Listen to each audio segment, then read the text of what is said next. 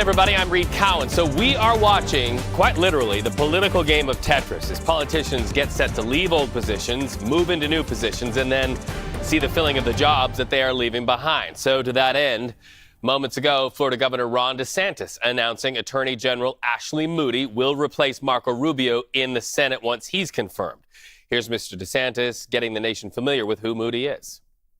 I've also been alive working for 6 years alongside the Attorney General, and she's never let us down once. Not one time in 6 years, and that matters to me. And so she was always someone that, was near the top of the list. I will bring the same persistence and passion and tenacity as a United States Senator that I have brought as Florida's Attorney General. If you have worked with me and fought with me over the last 6 years, you know I don't think of this as a job. I think of it as a calling.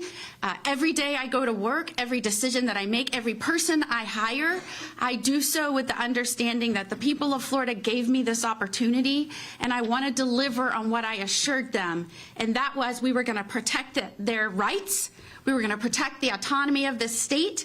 We were going to protect our communities. And I believe that we have done that, and I think we have to take that same direction to the United States Senate. So let's go live right now to CBS News Chief White House correspondent Nancy Cordes. Nancy, it occurs to me that in using that Tetris analogy, I may be sort of aging myself just a little bit here. I don't think the kids play Tetris, but you're covering the Trump transition from West Palm Beach. What's the readout from Team Trump on DeSantis' choice? I think it makes you a perfect age, Reed, because I, too, played way too much Tetris in my youth.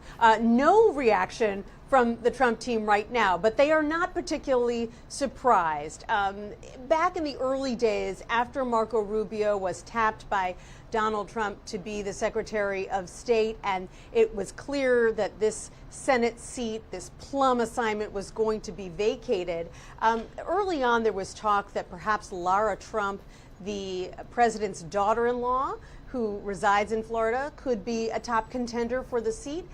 It was clear that that's something that the Trump team was interested in, but it's also clear that was not something Ron DeSantis was interested in. He's got longtime allegiances in the state to Ashley Moody and others. He didn't want to just give that away, and Trump seemed to understand that. He spoke directly with DeSantis. He started saying last month he doubted that DeSantis would name Lara Trump. She herself took her name out of contention in late December. And then today you get this announcement that really did not come as a great surprise here in the state of Florida, because Ashley Moody, as you could glean from DeSantis's remarks, is a longtime ally. They've worked very closely together. They have a similar worldview.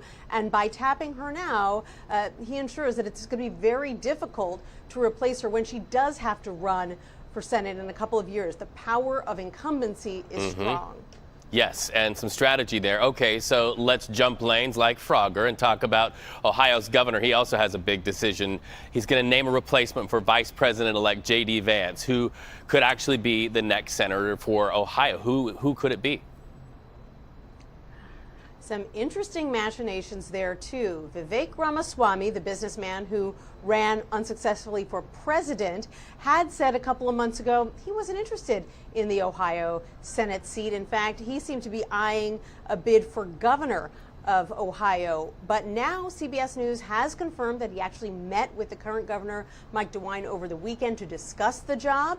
There are also reports that Trump himself has been pushing Ramaswamy to consider it, which is really interesting given the fact that Ramaswamy was supposed to be linking arms with Elon Musk to run Doge, this operation to eliminate government positions and government waste. So he has now entered the picture in Ohio. He is not the only competitor for that job, but certainly if he does have the backing of Donald Trump, who's then leaning on the Ohio governor to name him, that is a big feather in his cap, as you can imagine.